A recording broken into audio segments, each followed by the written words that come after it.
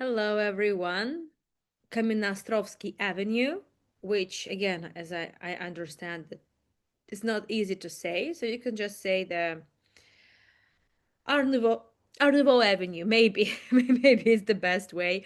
But this is definitely one of the most challenging addresses in general. Just imagine. I had some tourists back in the days. It was even before the pandemics, and they rented an Airbnb at Kamenastrovsky Avenue. And whenever someone asked them where they lived, they just showed the phone with the name there. That was it because they couldn't remember at all. So Kamenastrovsky Avenue, basically it means this is the avenue that leads to the Stone Island. Kamenastrovsky means the Stone Island. Kamenny Ostrov. That's it.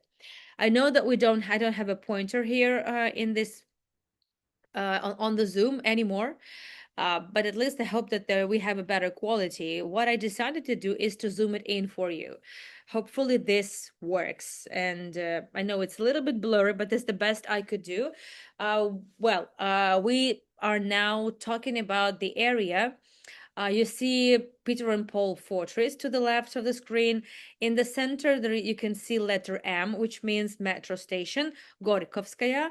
And there is the avenue that goes past the Gorkovskaya metro station, mosque, Troitskaya Ploshchad, and Troitsky Most or Trinity Bridge. So basically, the entire avenue starts from the Trinity Bridge across the Neva River and goes all the way to the Stone Island. That's basically it. So I just need to remember till the very end that I don't have a pointer. Um, Up before the bridge was constructed, the Kamenastrovsky Avenue, which wasn't even called this way, it was just the area full of country houses. There was just very poor connection with the city. You needed a boat, and it was time consuming altogether. So obviously Bridge decided everything, and was a game changer because immediately after the bridge was built, the real estate prices just soared. And well, because everyone started buying land and building their property. So for a long time it was just sort of a more of a village, which was like 5 minutes ride on a boat. But things changed, and things changed thanks to this bridge called the Trinity Bridge. That's not my photo, it's taken from the internet, but we're not going into details because we spoke about it last time already. And we carry on with the Kamenastrovsky Avenue. Since the bridge was opened in 1903,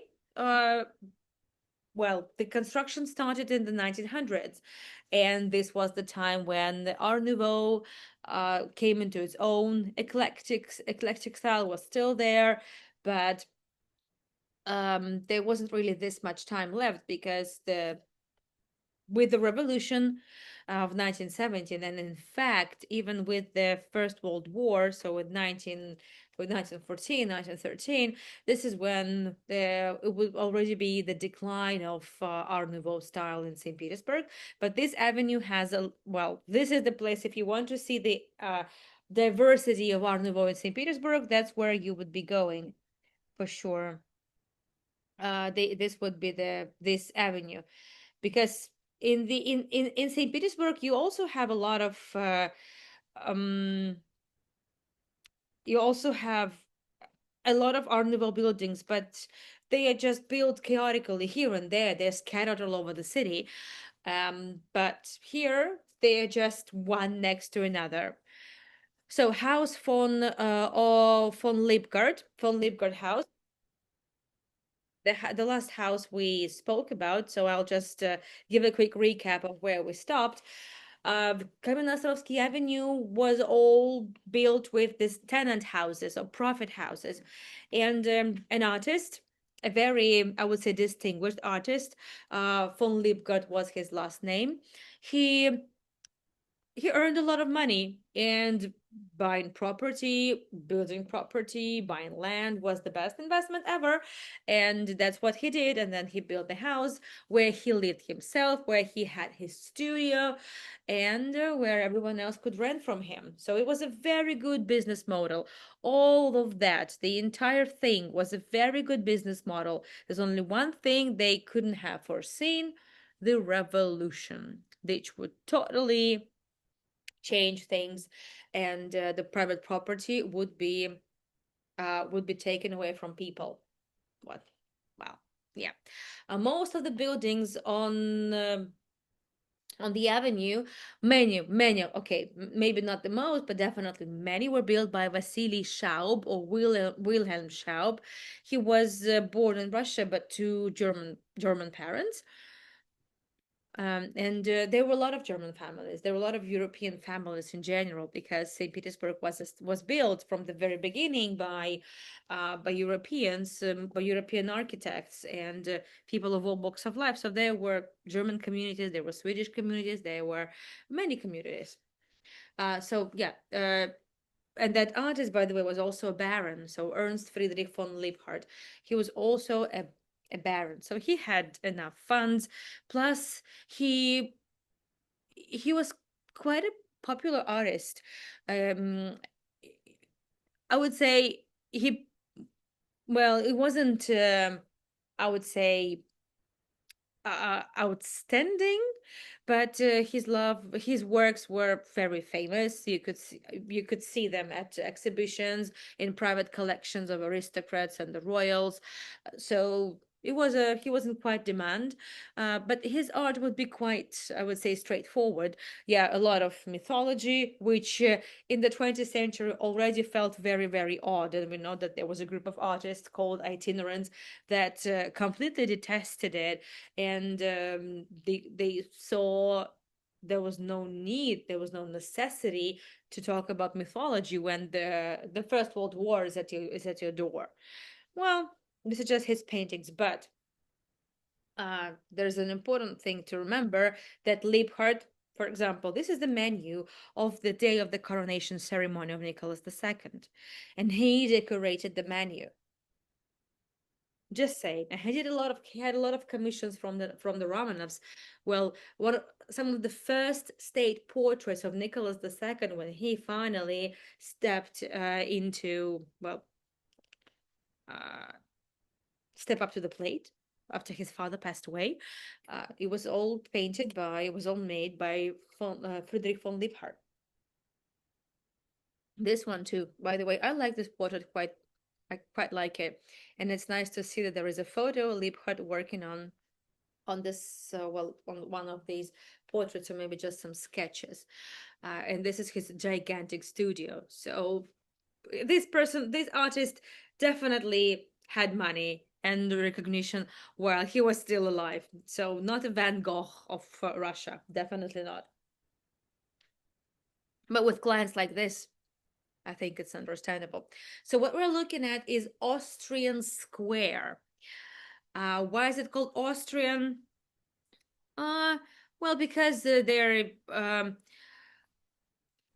used to be, well, there are several versions of why it's called Austrian, but the original name is in fact the Armed Square, or Оружейная Armed Square, because at some point because it was the area quite distant from the big city, there was a warehouse of artillery. Well, artillery street, maybe artillery, and that was the original name.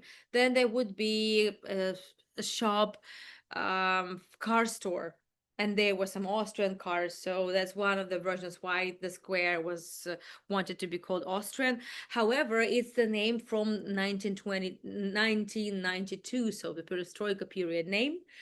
Um, and it's been like this ever since. There's no really much of a relation to Austria nowadays, but the buildings are quite spectacular. Well, this is the Friedrich von Liebhardt house. This is his studio. The uh, perfect asymmetrical design of the house. And we see a lot of typical elements of Art Nouveau. And this one looks even a little bit barockish to me because of the abundance of this plasterwork, but nevertheless. So also some photos for you to see. That's the proper square with the uh, beautiful buildings, and most of them here exactly at the square and around the square were built by Schaub, by the German architect, well, Russian German architect.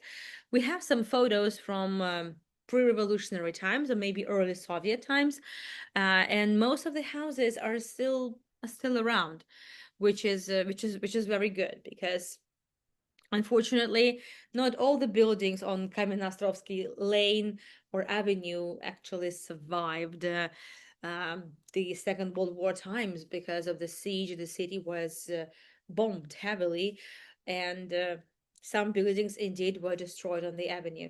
So I would say we are quite lucky to have it with us nowadays. So this is the house built by Schaub, the same Wilhelm Schaub, and that's the car store that used to be here. So this building is now standing on the spot of one of the houses that I'm showing you. So and when it got down to building houses, obviously the shop would sell the land, and they they were well off. Let's put it like that.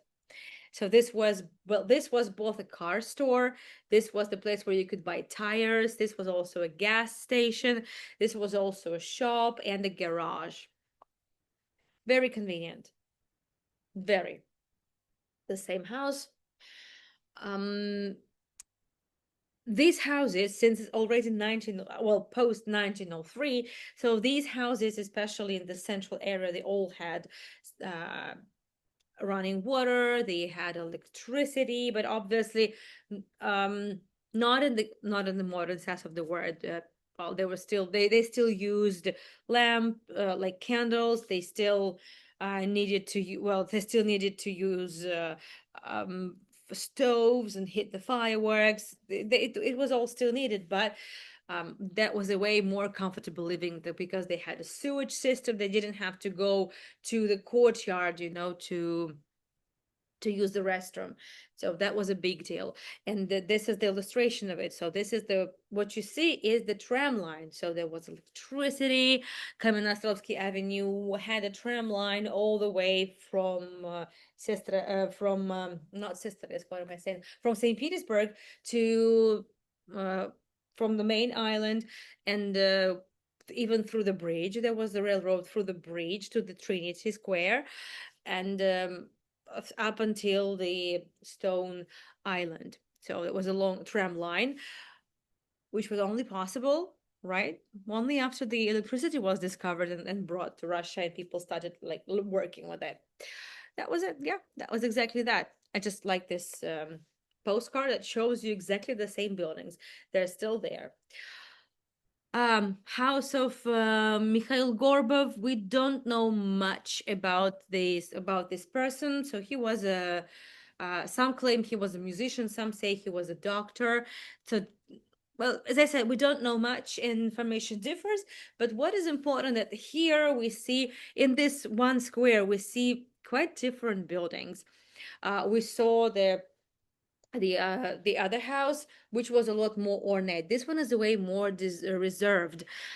And this is the perfect example of St. Petersburg Art Nouveau, which we actually call Northern Art Nouveau. That was inspired, well, by Northern Europe, especially Sweden and Finland, because again, um, Art Nouveau is about the use of local materials, and it's mostly granite that there is in the area. So there's no white marble, and okay, so you get granite, but then you're looking for newer ways of working with construction materials when it gets to constructing or decorating the buildings, and eventually, well, the vibe was picked up from Finland and Sweden, whereas national romantic style also came around approximately the same time with this big revival of interest towards the roots, because again, during it's only natural that it came it became a hype exactly when it was needed, because people were trying to go back to roots. People wanted to escape from the overwhelming reality, the information, the the political situation, which was quite intense in Europe. Um, well, it's only natural people wanted to escape. So with Art Nouveau, they tried to escape to whimsical, world of what they like, and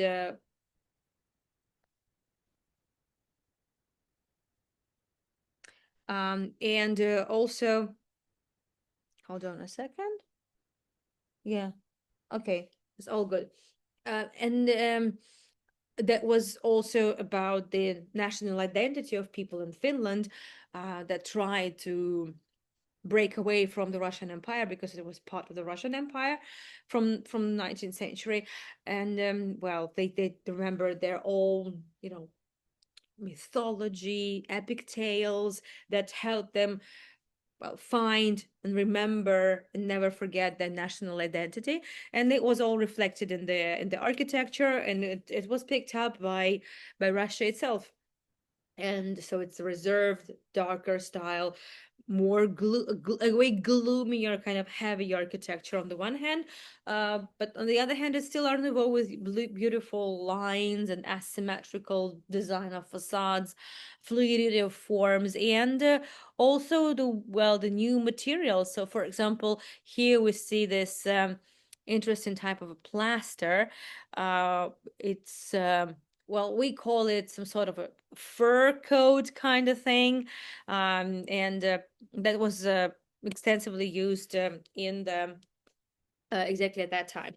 So this is interesting. So this is this house. You can see it, and around it, still smaller houses over there. Well, okay, there are some bigger ones for sure, but this one is way better, right? Way bigger, and the smaller houses that still hadn't been taken down, but they will be for the sake of the development of this neighborhood. They will be. I was able to find, however, the photos of fireplaces, and here we see, I quite like it. I haven't seen fireplaces like that. I like the floral designs. I like it that they look even a little bit amateur, but it may have been done for a reason, just um, to make things look more natural, as if it had been like this and you have found it like this. Well, just an option, just an option. I'm not even sure what this is. Maybe some cones. Um, I don't know. Maybe plums. I'm not sure. Nevertheless, so this is by far one of the most ornate buildings on the Kamenastrovsky Avenue, by far. Um, Again, it's named not after the architect. It's named after a proprietor. So I always struggle with this name. Keldal. Keldal. So House of Keldal. I try to translate it. I'm not sure whether it's the correct translation. I try to. Well, and nevertheless. So this is the beautifully restored, by the way, building.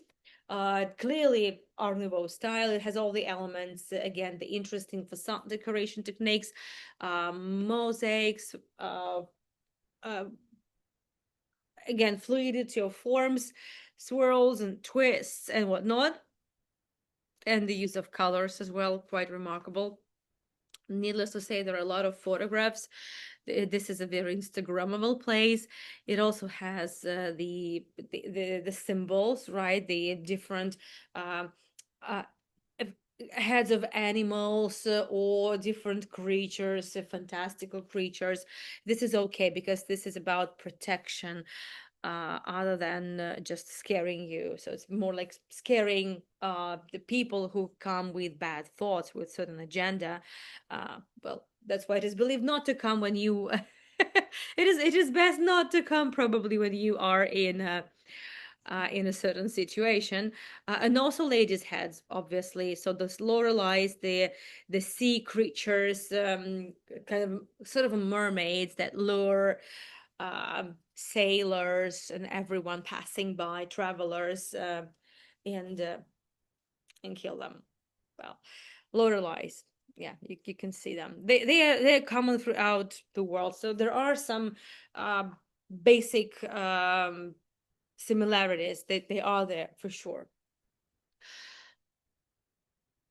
The I unfortunately have never been to the Keltel house, but I was able to find some photos. Unfortunately, the interiors of the lobbies, as you know, a lobby for a house like that is a big deal because again, you judge the book by its cover, so the facade should be beautiful, then the entrance should be beautiful, and by the time you get to the apartment, you're already in love with the place, and you want to buy or you want to rent. So and unfortunately, the designs of the lobby have not been preserved, but at least we have some stained glass, tile work, railings, but the wall thing, the wall decorations are missing, which is a bummer. But it had it been still there, we would have seen probably something very similar. Um, some flowers, some trees, well, something like that. So because in Art Nouveau, again, there was another very important principle is that what you see in the outside, the same concept has to be somehow related to what you have inside the house. So that's kind of a unity, because before that it was not really a thing, I would say. So we go on, and another house that looks, I would say, less conspicuous. It was built by architect Alexander Khrenov. And he was quite a prolific architect. He had his own architect company, and they designed a lot of tenant houses. They It was kind of a one project that well, let's say there was a basic version that was just very, very basic, but you could tailor it the way you want as a client. And that's why there are a lot of Khrenov's houses in St. Petersburg, and that's one of them. And this house has an interesting story to share, and I think we will be just skipping the Q&A, and we'll just go on with the tour and have a Q&A in the end. I hope that's okay with you. The house, again, maybe not that gorgeous as the Keldal house. It's way more reserved, and it's already clad with the natural stone, which is a very big deal. Natural stone and mosaic, a lot of mosaic. So this is not a cheap house. It may be way more reserved, but definitely not a cheap one, and not a cheap one. Just to what level? To a level of a Grand Duke Nikolai Konstantinovich Romanov. It already happened in 1917, but before the revolution, it was early spring 1917. So Grand Duke Nikolai Konstantinovich, who was a grandson of Emperor Nicholas the First, so that's mid 19th century. Um, he stayed in this house after after a big scandal. He had to move out. The scandal was very simple on the one hand. On the other hand, not that simple. So what's going on there? Nikolai Konstantinovich liked to hang out a lot, and there were a lot of opportunities. He particularly liked the aquarium garden that I showed you last time. But the garden is no longer there, but there are photos and some memory now on the spot of that aquarium garden, which was a big recreational area with lots of fun activities. Now on that spot there is the landfill studio. So what was the scandal? Yep. um a couple of years before that, St. Petersburg became a venue for a series of performances. And this was the performances done by an American theater company that traveled across Europe. And they came to St. Petersburg. Well, one of the actresses was Fanny Lear. Well, that was obviously her pseudonym, but it's not that relevant. That her original name is not that relevant because everyone knows her as Fanny Lear.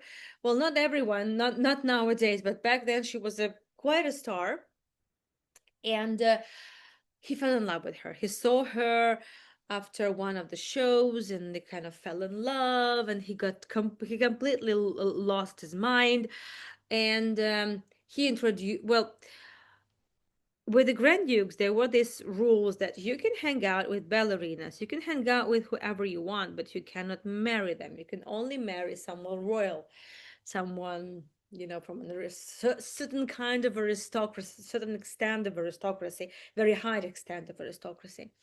And that definitely was not the case. She was just an American dancer and most probably a scammer and most probably a kind of an intermediary. Um, so once when she was staying in this palace, not in this house, but in one of the palaces that belongs to Romanovs um, on Palace Embankment, so not far from the Hermitage. They One day the mother to Nikolai Konstantinovich realized that several diamonds from the frame of one of the icons icons was missing. Obviously, Nikolai Konstantinovich was there to ask. Finally, was not there at that point. She had left for the States, but she would come back further on. And he was obviously accused of everything, of having stolen the diamonds. The diamonds later on surfaced in one of the markets that had reported so about having this finding, and eventually the Nikolai Konstantinovich was just well, kind of diagnosed with some sort of personality disorder, and then sent away to Tashkent just in case, as further as possible. And it must have been Fanny Lear who had either stolen everything herself and then she disappeared, so she escaped to the States. Nobody knew about it. It was kind of a big surprise, so she fled. So she wasn't there when everything became clear, and that kind of saved her. And Nikolai Konstantinovich seems like he was in love, and he never confessed to having stolen the gems, diamonds, and I don't know, something just as expensive. And he claimed he was innocent. He claimed that he hadn't done it for anyone else, that it wasn't him, blah blah blah. So no. And finally, she just enjoyed her life very much. And she enjoyed the life in the States, and it looks like she may even have been a spy, and that's very common, obviously, for women of such professions as actresses and dancers to be spies, because. And as I said, Nikolai Konstantinovich was sent away to Tashkent, and that's his palace in Tashkent. And he significantly improved the living conditions there in Tashkent. He just needed a couple of people that help him, and uh, his love of life. And he did a lot for Tashkent. He invested a lot of money in the development of the town, the construction of some schools, the construction of this and that, and visit from the well. Obviously, he would want his mom, Maria, well, his mom, his family to visit him there, but he never returned. Well, after he left, he never returned, and that's what saved him from the revolution. Otherwise, he would have been killed for sure. But the house is still there. He's remembered. There is a monument to him in Tashkent. But we go on. So, but that's the house, just in case. I don't know in which apartment he was staying and for exactly how long. That I don't know. Um, So tiles. There's a story about the tiles in Russia. At least I don't know about everywhere else, but so these tiles was quite an integral part of mainly, Art Nouveau building. And these tiles were called in an interesting way. They were called kabanchik, like a small piggy, or just a piggy tiles, because at the back it had two holes. It looked like a piglet's nose, basically. And well, some people kind of jokingly started calling it exactly piglet kind of thing, piglet tiles. Yeah, but basically they're just the same tiles that you can find in Europe in abundance. So the same thing. Another building on our way is well, we're just passing by it. It's not really an Art Nouveau building. This is already it's yet classicism style. It was built in mid 19th century here, just to house the Lyceum, the boarding school for boys. There was in the 18th century, there was built and it was built and established in mid 18th century. This was just a photo I was able to find online without the trees, just for you to see that there is not really much of the decoration there. It's all intended for studies, quite intense studies. Was intended. So originally the Lyceum was in Tsarskoye Selo. You may remember it. Well, the image actually has not changed. It could have been different due to the war, but well, as you know, the restoration workshop has already well had finished with the restoration. The Imperial Tsarskoye Selo Lyceum. This is where Alexander Pushkin, Russian poet number one, also studied and graduated, and a lot of of his peers, of his contemporaries, also did that, and they're trying, and they are all of them in general. It was an institution that prepared. Officials, state officials, councils, politician, and politicians and everyone. So originally, it was further from the city. Then the families of well, the boys' family it was cool for boys, obviously not for girls. At that point, no. This well, no, it was for boys from aristocratic families only. And but then the families wanted them to come to St. Petersburg and study in St. Petersburg per se. They wanted the boys to be closer to their families, and also it was easier for the Romanovs to just keep an eye on what they're studying there, because originally it was a very liberal place. It was a very advanced place, and very well, I would say in the 19th century, with the risk of well, not the protest, but revolts and everything, it was decided to move it to St. Petersburg, so it would be easy to keep an eye on what they were doing there.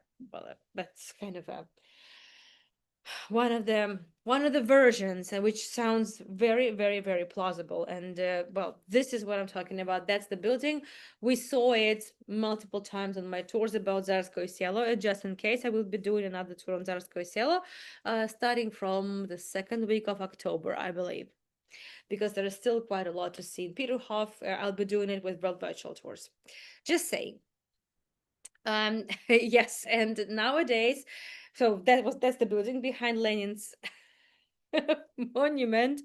Uh, I know. I know you didn't expect to see Lenin's monument on a tour about Art Nouveau, but what can I say? What can I do? I just can't help it. It's there. So obviously this was placed in a much later period, and it's still there, but it's there not well, not because of anything. It's still there because there are still some monuments that they just never really got around to dealing with. So it was there. It was placed there in the mid 19th century. So the building was also used as, sorry, mid 20th century. The building was also used as a one of the administrations of the Bolsheviks, and in general, the revolution only became successful successful only because the Bolsheviks were there at the right place at the right time to cut off the entire island where we are now from the mainland, uh, because they just blocked the Trinity Bridge, and that was it. So there was nothing else to do. And then they took over telegraph stations, telephone stations, and post offices, and well, that was it. Yeah, but nevertheless, so just to see that there are still parks. Kamenostrovsky Avenue was very green. I showed you the map, so we talked about it, but there are still a lot of parks. And this is just one of them. There are smaller ones, there are bigger ones. Like I took you to the bigger one, but it's um, in the beginning, in the first episode, we walked in the Alexander Park, and well, that's where we saw beautiful orthopedic institute. So in general, I would say that the Kamenostrovsky Avenue and this island are probably the greenest in well, compared to other cities districts. Obviously it's not as well, not that green because it's still a city, but nevertheless, this building, not really much of the information, but this is a new type of architecture. This is when bricks were used also to decorate the facade. So that's exactly the approximate timing. That's when the brick architecture went through a revival because of the new kinds of bricks, because of the also decorative bricks that would be used. And this, I like this combination. Well, first of all, here we see this scary lions. I'm not sure. Um, somewhat lions.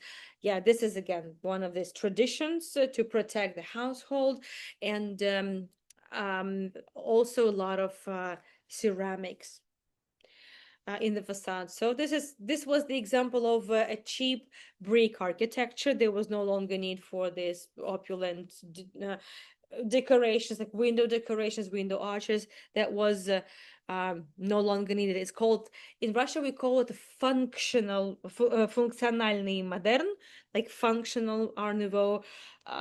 This would be the style used for different industrial facilities, for some shops that didn't need to stand out, to the point that they would be totally looking completely revamped. So just a nice example, I would say. At first they look even like very angry pigs, but now, yeah. So they're clearly some tigers, or well, something like that, like big cats. So this is done for protection. And well, and one of the highlights of the avenue of Kamenostrovsky Avenue is clearly this house, which we, by the way, visited not so long ago. I'm sorry, I need some water, so I will just put the video on hold for a while. And not sure what that is. I I have been talking so much the entire week, so I guess now it's time for me to shut up, but I won't because I'm still not done with the tours. Oh, that's better. Sorry for that.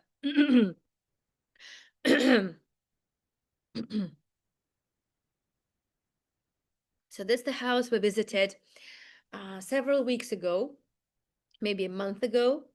This is the house of the three Benoits, uh, well, family members. The Benoit family we know very well. Well, not maybe not everyone, but those of you who were with me from St. Petersburg days. So one of the last tours I did before everything changed in February 2022. It was the visit to the museum of the Benoit family. So Benoit family It's the dynasty. It's the generation, several generations of artistic people, engineers, architects, artists, designers, literature, poetry critics, and journalists. So the three of the uh, some of the greatest architects of that time, early 1900s. Well, definitely these lists included the Benoit family for sure. So the three Benoit family members worked on the project, and they built the house, huge one, and we call it the House of Three Benoits. That was again another kind of architecture. Well, it's not exactly Art Nouveau. It's a very eclectic building, right? There's something here. I get the kind of the Palladian Antonio Palladio vibes. If he was Antonio, it was Palladio, but I don't remember if he's Antonio. But Palladio is the one who is the architect who basically shaped the the face of um Italy, uh, and the and every, I would say, like big European cities would be built in accordance with with his designs and his concepts. Let's put it like that. So he's like one of the founding fathers of architecture, something like that. So Palladio.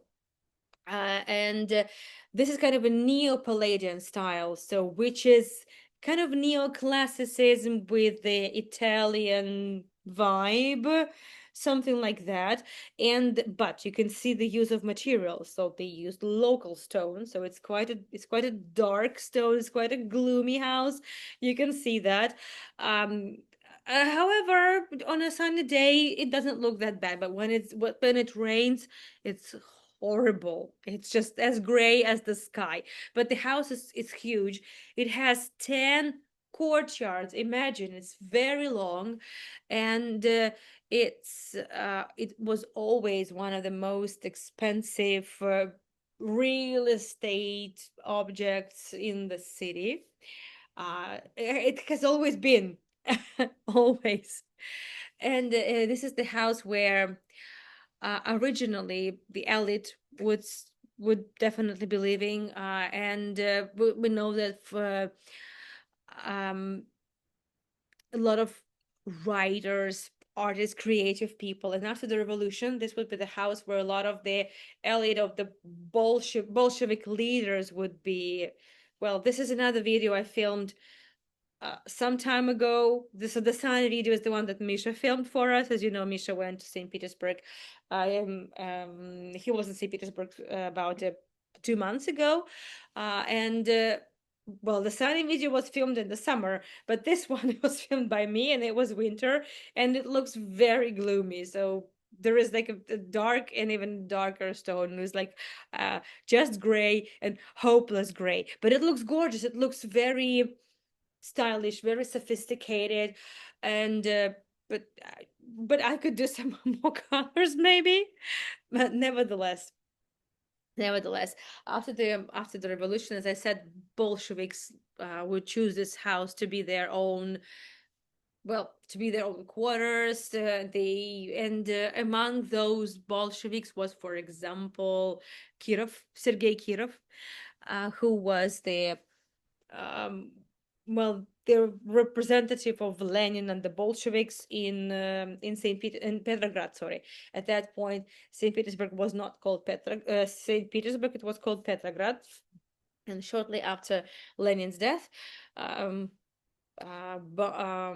with the help of Sergei Kirov, it would be renamed into Leningrad, because this is where the revolution took place. So that kind of makes sense. And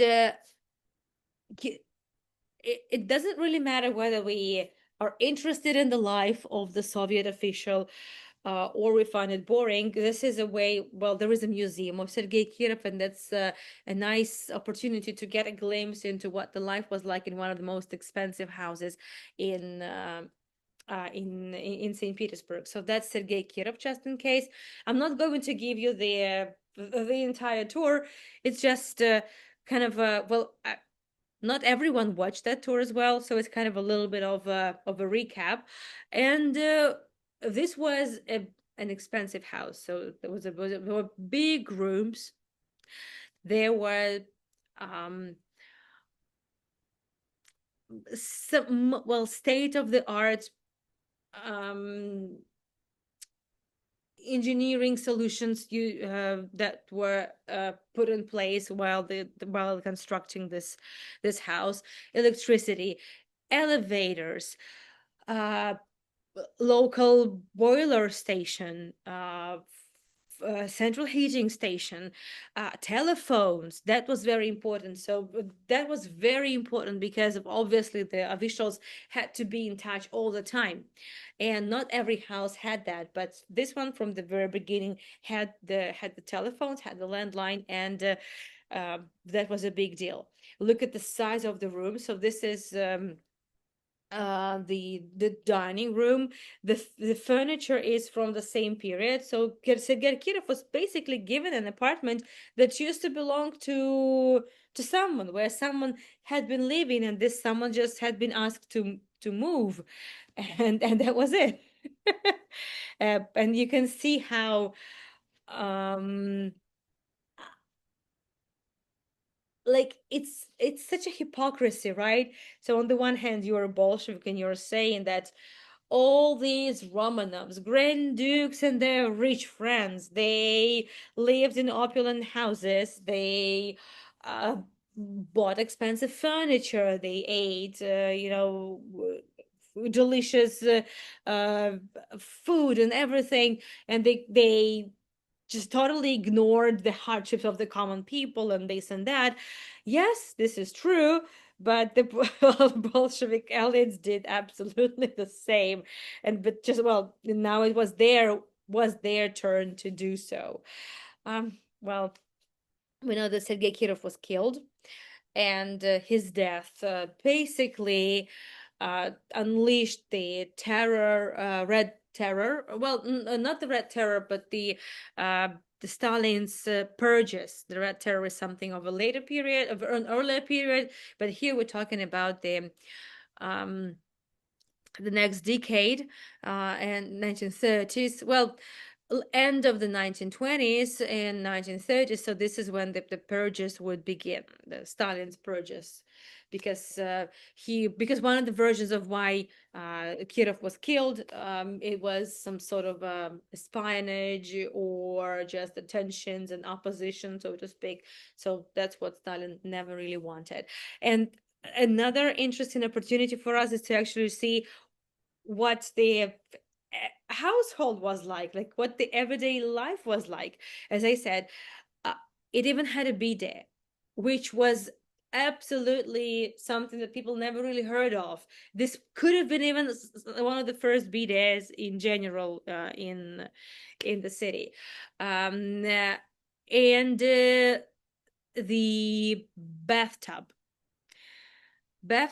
was a luxury. It is it well, I know that in some places it still is a big luxury for sure. Knowing the water prices and the facility prices in Israel, yeah, definitely bathtubs is a luxury. Better not to have them. So, but well, this house obviously had, and this is where the water would be, the hot water would be kept. There was a boiler station in the house itself, so they didn't need to do much, particularly here. In some houses, you had to just keep it warm. You could put some coals or wood in the stove section, and this is how you would just be getting the hot water. And Sergei Kirov loved it. He enjoyed his life immensely. However, well, not for long, unfortunately. Unfortunately, I'm not sure, but knowing what would happen afterwards, maybe, yeah.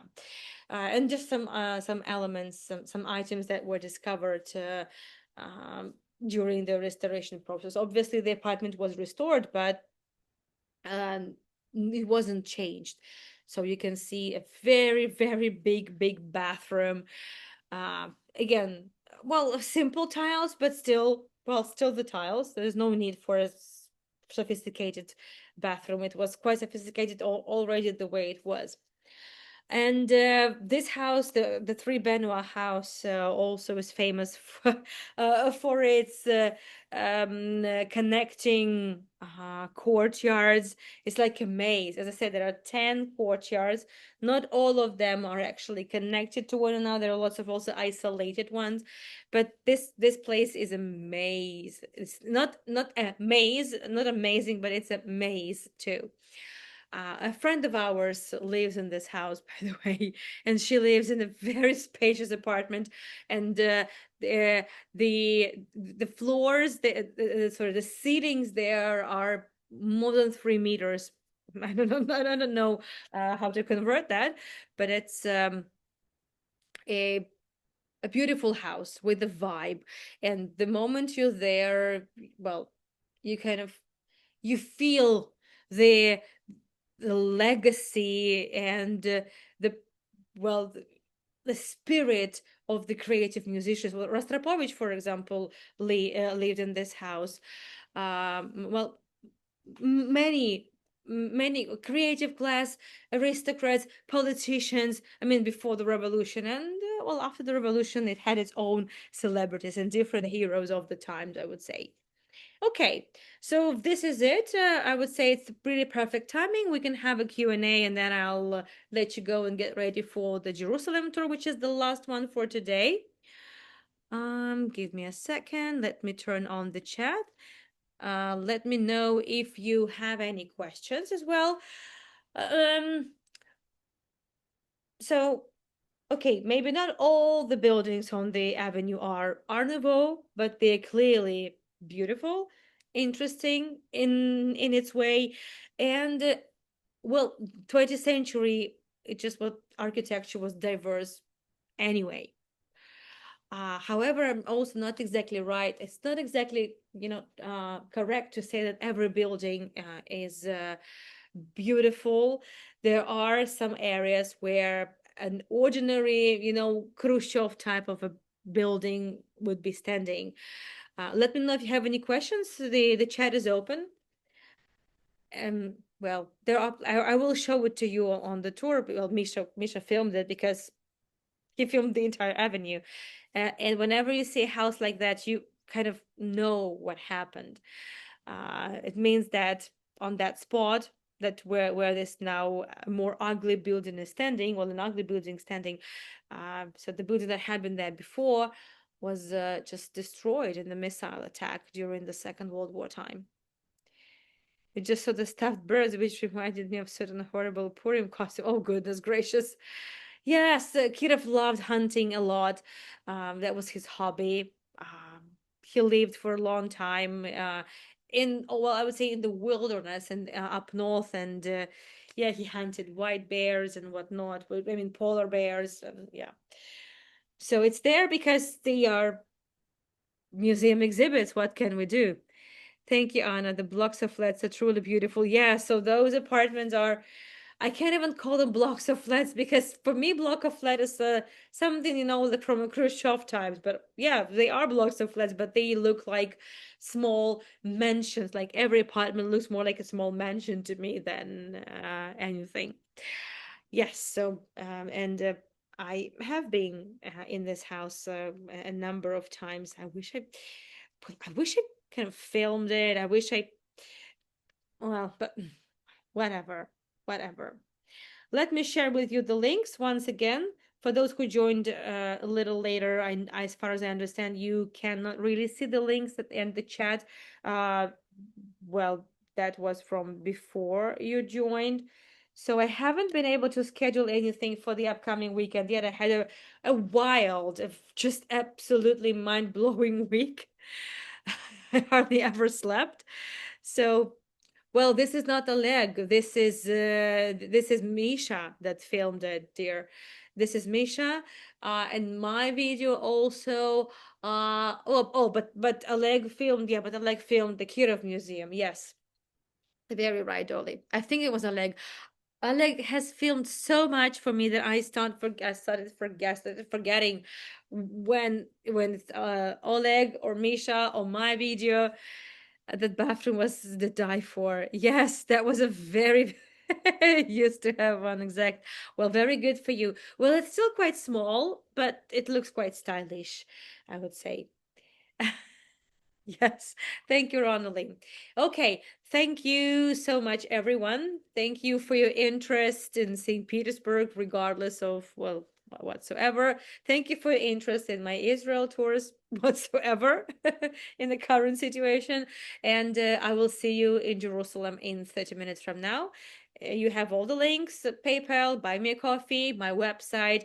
Even though I haven't scheduled anything yet, there are a bunch of tours scheduled for the upcoming weekends.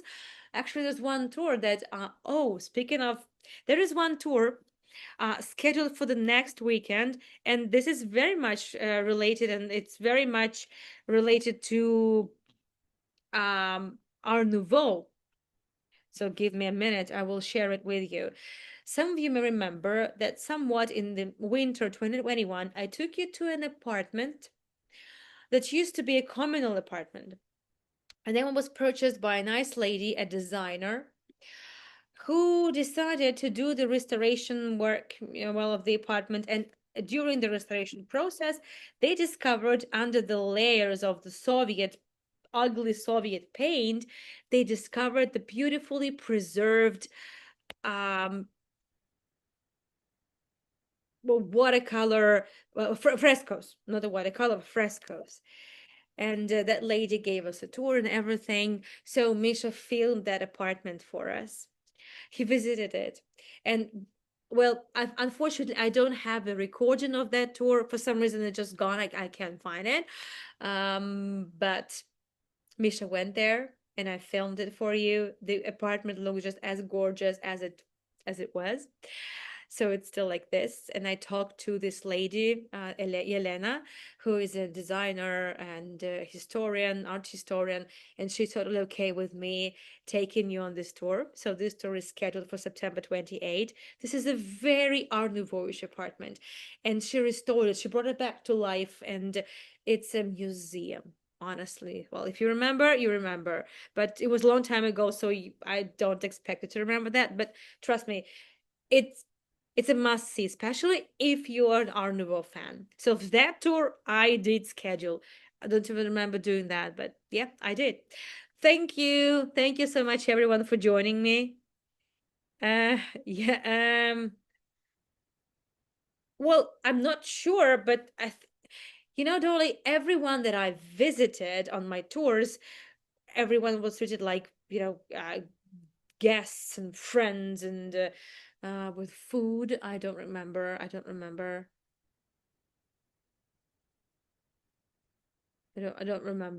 if we had food with Elena.